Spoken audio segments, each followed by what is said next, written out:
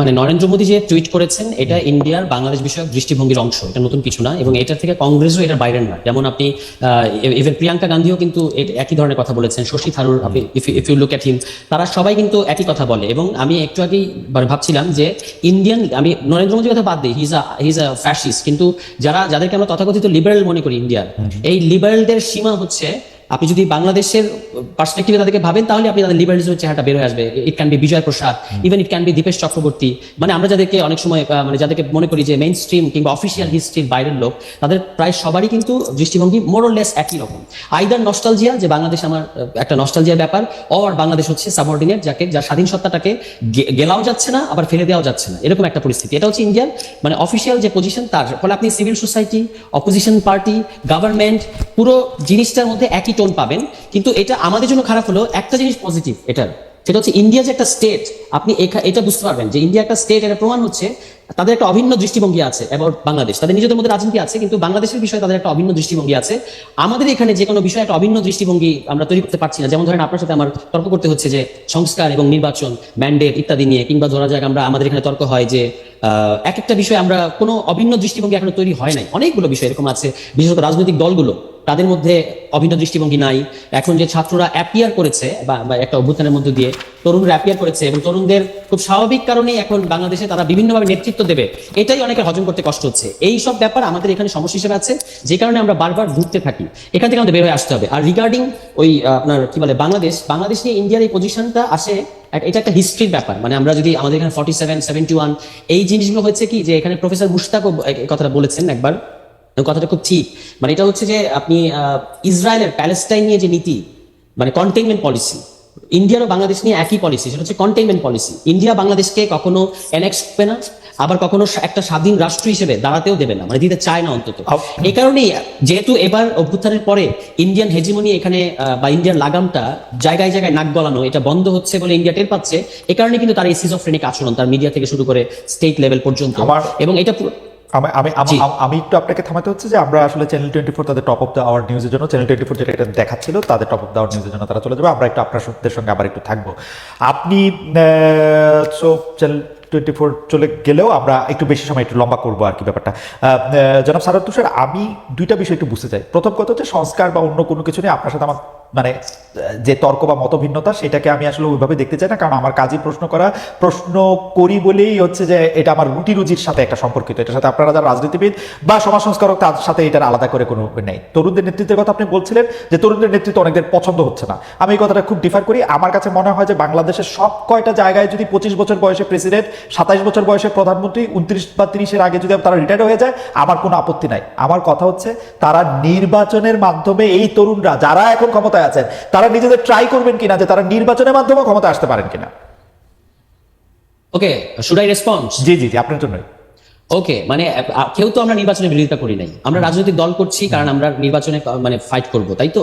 নির্বাচন মানে যেভাবে আমি আপনাকে বলেছি, আপনি ইট ইজ নাথিং পার্সোনাল, আশা করি আপনি বুঝবেন যে আপনাকে আমি বলছি যে আপনি কেন এটা বিরোধিতা করছেন, ব্যাপারটা এরকম না। কথা প্রসঙ্গে আমি বলেছি, আমি ওভারঅল দেখতে পাচ্ছি বিশেষত পলিটিক্যাল সার্কেলগুলোতে, রাজনৈতিক দলগুলোতে, তারা হচ্ছে যে তরুণরা যে এখন একটা রাজনীতি করতে চাচ্ছে, তরুণরা যে দেশের বিষয়ে মতামত দিচ্ছে, এটা তারা পছন্দ করছে না।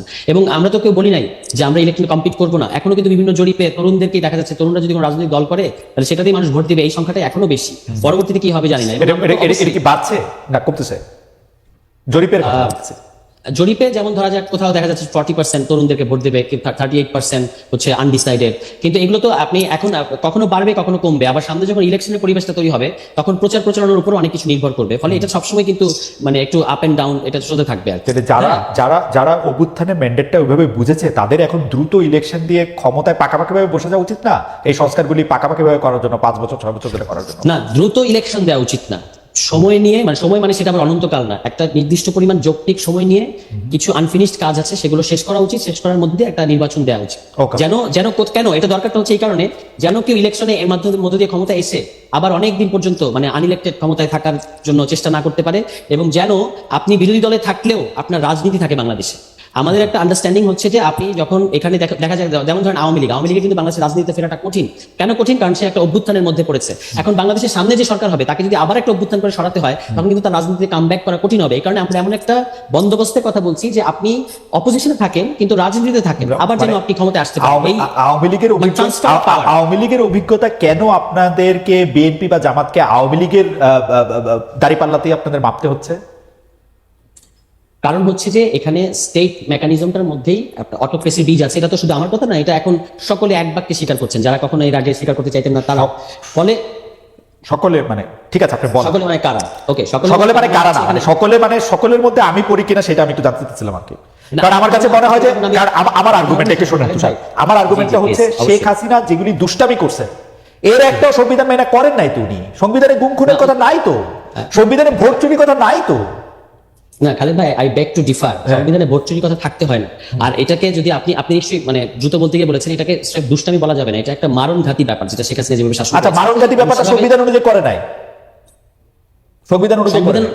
কিন্তু সংবিধান একটা বড় শক্তি জায়গা, এবং সংবিধানের মধ্যে দিয়ে সংবিধানের দোহাই দিয়ে এখানে চাইলে অনেকদিন পর্যন্ত ক্ষমতায় থাকা যায়, যেটা শেখ হাসিনা করেছেন যে আমাকে সাংবিধানিক ধারাবাহিকতা রক্ষার জন্য 2014 ইলেকশন করতে হয়েছে তাকে। তিনি বলেছিলেন যে আরেকবার ইলেকশন যুক্ততম সময় দিয়ে দিবেন, দেন নাই। 2018 ইলেকশনের জন্য সাংবিধানিক ধারাবাহিকতা এটা একটা এক্সকিউজ ছিল।